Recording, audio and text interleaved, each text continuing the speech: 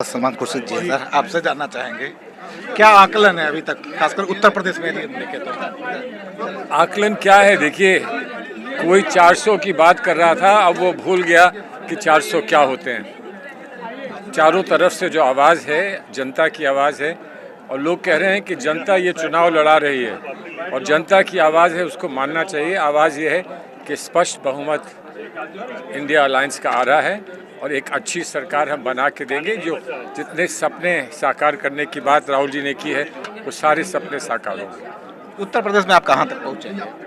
उत्तर प्रदेश में बराबर की लड़ाई तो हो गई थी, अब उसके आगे हम कितना जाते हैं वो ये वाला 7वां फेज बता देगा। अंतिम प्रश्न, जो गठबंधन कह रहा है कि हम उनको रोक देंगे, रोकने का आधार क्या है?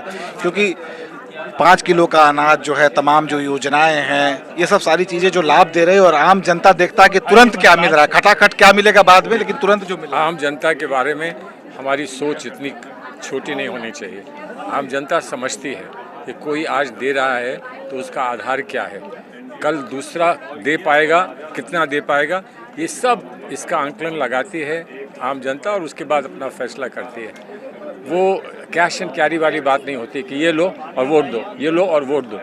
दिमाग लगाते हैं, सब लोग सोचते हैं, कभी अच्छा लगता है उसको स्वीकार करते हैं, कभी उसका एनालिसिस करते हैं और एनालिसिस करके ये कहते हैं कि ये एक दो दिन का खेल है, हमें लंबा खेल खेलना है। एक बड़ा तीखा सवाल अचानक 2 दिन में आना शुरू हुआ है, कलकत्ता से शुरू हुआ कि गठबंधन की जो टीम है वो मुस्लिमों को ओबीसी बना के आरक्षण दे।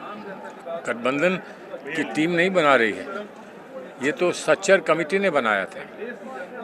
अगर कोई नाई है और वो बहुमत में है, नाई है और उसको ओबीसी मानते हैं, तो एक अल्पसंख्यक नाई ओबीसी नहीं माना जाएगा, इतना पक्षपात होगा?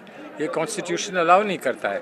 जिसको भी जो मिल रहा है वो कॉन्स्टिट्यूशन के आधार पर मिल रहा है, हमारे संविधान के आधार पर मिल रहा है। वहाँ पर हिंदू, मुस्लिम, सिख, ईसाई जोड़ने का कहीं कोई प्रश्न नहीं उठता है।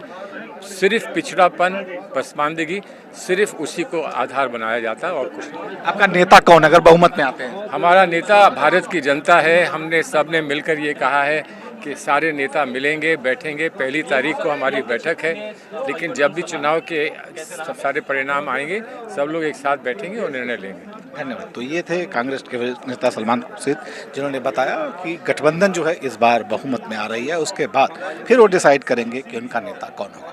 नीरज जायसवाल के साथ रोहित सिंह, भारत समाचार, वाराणसी।